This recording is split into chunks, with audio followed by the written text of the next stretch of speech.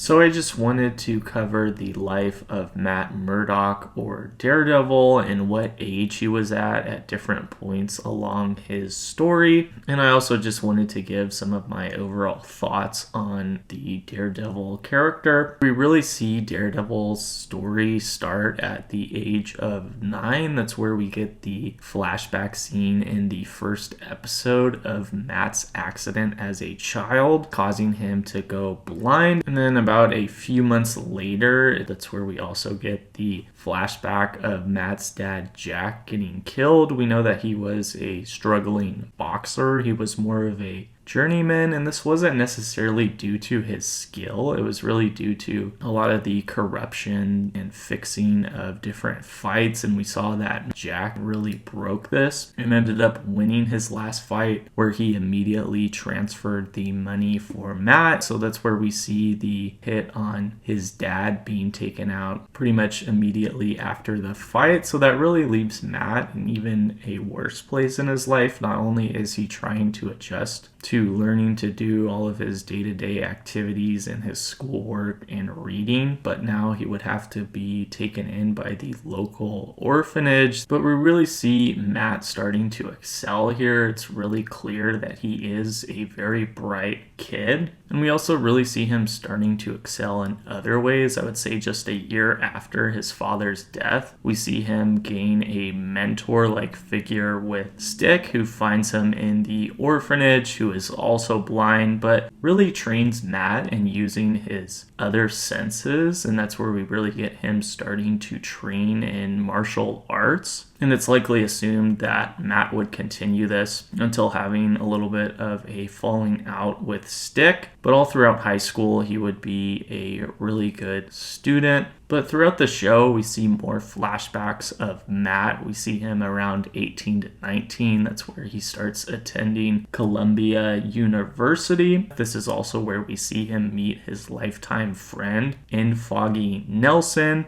And we also see him meet Elektra during this time, which is where they also start their relationship. And then we really know that throughout Columbia University, being a pre-law student, that Matt then applied and attended Columbia Law School right after that, which is where he got his law degree and then later passed the bar. And a lot of this he did do with Foggy. And we also know that right after college, he interned at Landman and Zach, and we see them coming back to work with them at a few different points throughout the show. And really, it's not exactly too clear where Matt starts his vigilante work. We see that in the beginning of the first episode, but it is implied that he did start this a little bit before then. And then I would say going into the beginning of season 1, he's about 29 to 30 years old. And that's where we see Matt and Foggy starting their own law firm, and that's really where they get Karen Page as their first client, and then she would later go on to work with them. So I would say probably about the whole first season, we really get Matt at around age 30. We also in this season have Foggy learning of his identity. You later have Karen learning as well, but we see him really adapt his vigilante work. We later get his upgraded Daredevil suit. We really see his law firm expanding, and we really see Matt through the course of the season really going after a lot of the corruption in this district, and this would really all tie to the Kingpin Wilson Fisk. And then we see him at the end of the season really taking down Fisk one-on-one and turning him into the police. Then I would say going into season 2, it's probably a few months to even a year after that. So I would say Matt's a little bit around the age range of 31 in this. And we see Matt reuniting with Elektra here. You have a little bit more of Stick, but I would say a lot of season 2 obviously revolves around the Punisher.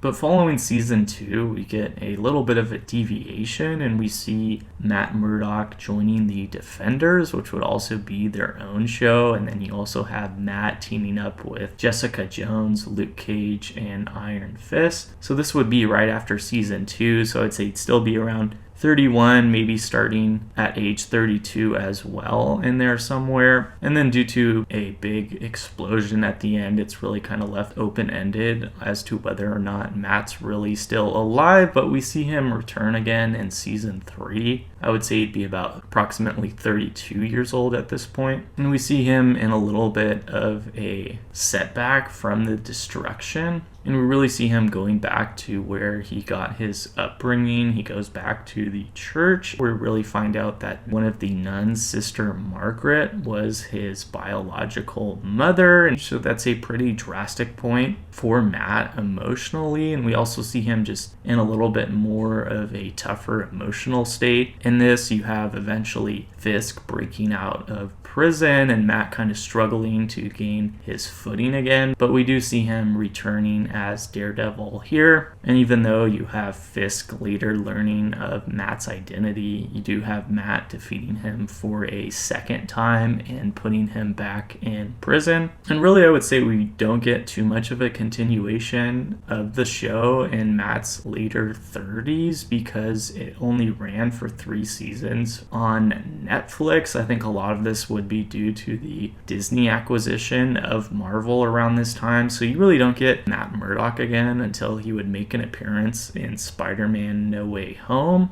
And we know that in the MCU at large that Matt wasn't affected by the snap, but we see him in No Way Home representing Peter Parker. But we also see him a couple other times in the MCU. And then now we're really getting Matt again in Daredevil Born Again, which is a reboot of the original show, even though it isn't considered a season 4 after the year time jump. I would say for the majority of Born Again, you get Matt at age 41. So that would really be all that we have of Matt at this point, in addition for the rest of the Daredevil Born Again season. But just going into more of my thoughts on Daredevil or Matt Murdock's character overall, I think you have a really interesting paradox for a couple of reasons. I think on one hand, you have a lawyer who breaks the law at night. And then, of course, I would say the other interesting theme with Daredevil is that he's a heavily devoted Catholic, but is someone that has somewhat of an alter ego as the devil. So I think that's a little bit interesting to piece apart. And I don't think that Matt Murdock by any shape or form really represents the devil. I think it's more of just a scary appearance that he has gravitated towards over the years. Obviously, you have the different comments of him having this rage that's really ran in his family, especially similar to his father's boxing style at parts. And you have the media nicknaming him as